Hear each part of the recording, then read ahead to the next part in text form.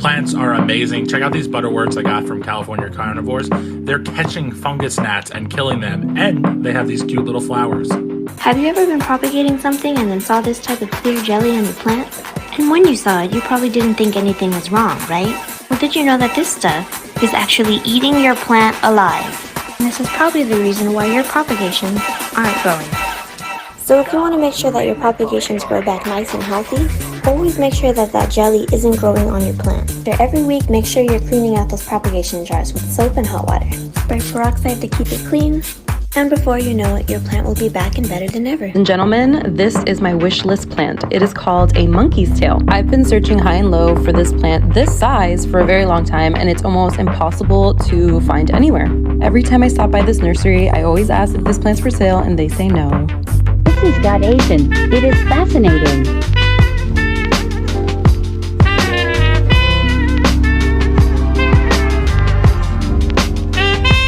These drops are called xylem sap. What?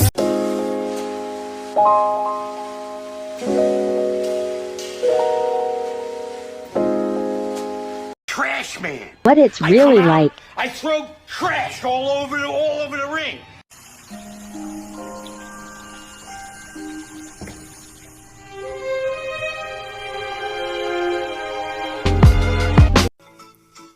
Once you chop off the head, the stem is not dead, it makes babies. When it gets big and strong, you can take it from mom, plant the baby.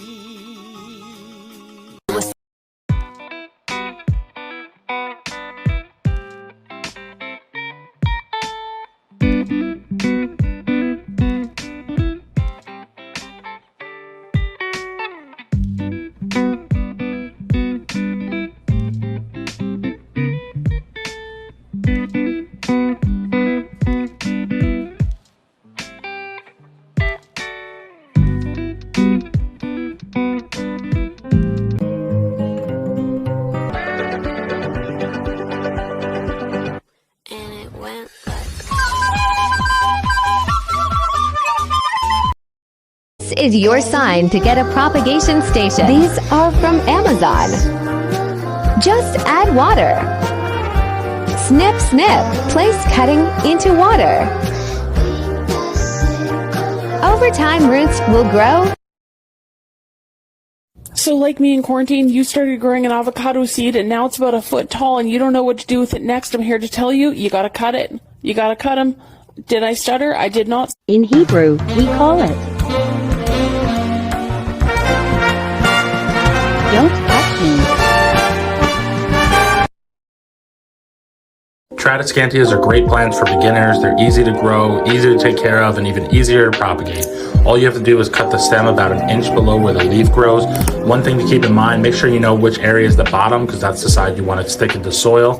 Then you want to just add it directly to soil. Make sure there's some perlite in there to keep it nice and airy, and in a few months you'll have a brand new beautiful plant. A telltale sign of when it's time to repot is roots coming out of the drainage holes. If your plant has outgrown its container, here's how you can repot it. First, carefully remove the pot and mix your soil. Gently tease the roots to break up the root ball and place the plant 3/4 of the way down into the container.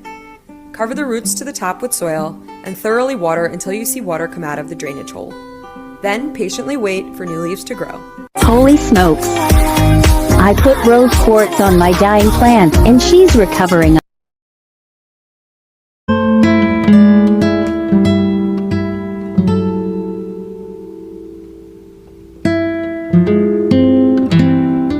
Where this fertilizer is the best. These are new leaves and they're producing new ones again. It works so well. Get it and be surprised. I was excited to bring this Tico colocasia home, but little did I know she was going to drive me completely insane. After a few weeks, she was looking sad and droopy. I looked under the leaf and she had thrips and aphids. I sprayed with insecticidal soap. It seemed to help, but just a few days later, they were back. I drenched them in neem oil and they still wouldn't die. I'm pretty sure this aphid is mocking me as he's been walking through this neem oil for about 15 minutes. Nothing I tried seemed to be working, so I decided to go with harsh chemicals. The plant was already beat up from all the neem oil and insecticidal soak treatment, so I was really hoping this would work. This stuff is supposed to last for 14 days, and while it totally took care of the thrips, the aphids were back about a week and a half later. I sprayed 3 more times, but they were still there. My last-ditch effort was a systemic solution, something that I could water into the roots that would protect it from the inside. A day later, I had sort of an epiphany. Plants are supposed to relieve your stress, not be the cause of it. And with that, I decided she was for the streets. I put her outside, and if she lives, she lives. If she doesn't, she doesn't. You've won, aphids. I guess your will to live was stronger than my will to kill you.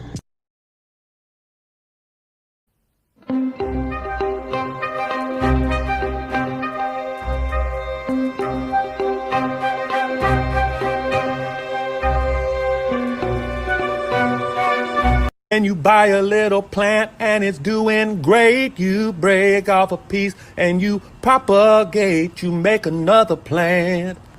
Ooh yeah, a baby brother plant.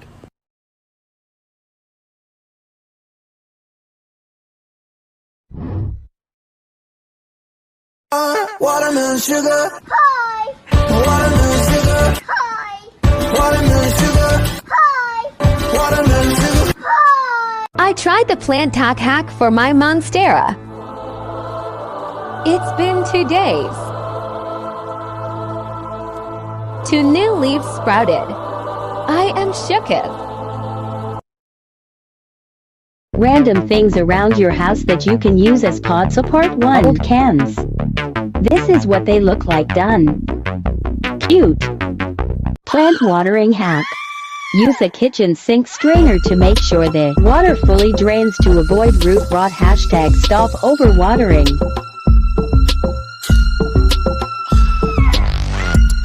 How to propagate aloe vera plants. If you have a healthy and happy aloe plant, it often produces masses of babies. And the easiest way to propagate is to separate these pups that come out of the base of the mother plant when they're big enough and plant them separately to get more aloe plants for free. You can also grow aloe plants from cutting a single leaf. Make sure your cuts are at least 3 inches long. It's also very important to wait a couple of days for these leaves to dry out so they don't rot. Do not propagate aloe plants in water. They have a high chance of rotting in water. Mix organic potting soil and all-purpose sand and push your leaves at least ½ an inch in the soil. Water every time the soil is dry. You can mix some kind of rooting hormone with your water. Honey or cinnamon powder works as well. Keep it in a warm and sunny spot, and in about 5 weeks, you will start seeing roots. You can admit it. You can't get roots this good.